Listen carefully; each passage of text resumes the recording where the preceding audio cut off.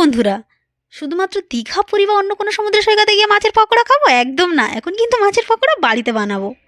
মাছের ম্যারিনেশনের জন্য যে যে ইনগ্রিডিয়েন্টগুলো ব্যবহার করেছি চলুন দেখে নিই। জিঞ্জার গার্লিক পেস্ট, কোচানো কাঁচা লঙ্কা, ধনেপাতা, অল্প পরিমাণ লবণ, জিরা পাউডার আর ব্ল্যাক পেপার পাউডার। ভালো করে ম্যারিনেশন করে নেবো। লবণটা কম দেবো কারণ সামুদ্রিক মাছ তাই। মিডিয়াম থিকনেসের ব্যাটারের জন্য 3 টেবিল চামচ কর্নফ্লাওয়ার, 3 টেবিল চামচ ময়দা নিয়েছি, অল্প পরিমাণ লবণ, জিরা পাউডার, টারমারিক পাউডার আর একটু কালো জিরা ব্যবহার করেছি। আপনারা চাইলে অবশ্যই এখানে কিন্তু চিলি পাউডার ব্যবহার করতে পারেন।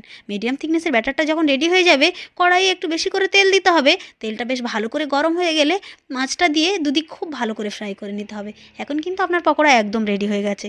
আমাদের এইদিকে তো এই মাছটাকে বলা হয় আমুদে চুনো মাছ। আপনাদের কি বলে অবশ্যই জানাবেন। আর কি ফ্যামিলি এবছর কোনো সি বিচে ঘুরতে নিয়ে যায়নি? মনটা খারাপ লাগছে? শীতের সন্ধ্যায় এমন একটা পকোড়া বানিয়ে নিন, সাথে কাসুন্দি নিন, সন্ধ্যাটা বেশ ভালোই জমে যাবে। আর ফ্যামিলিকে তবে সবসময় বানিয়ে দেবেন না, তাহলে কিন্তু আর কোনোদিন সমুদ্র সৈকতেই নিয়ে যাবে না।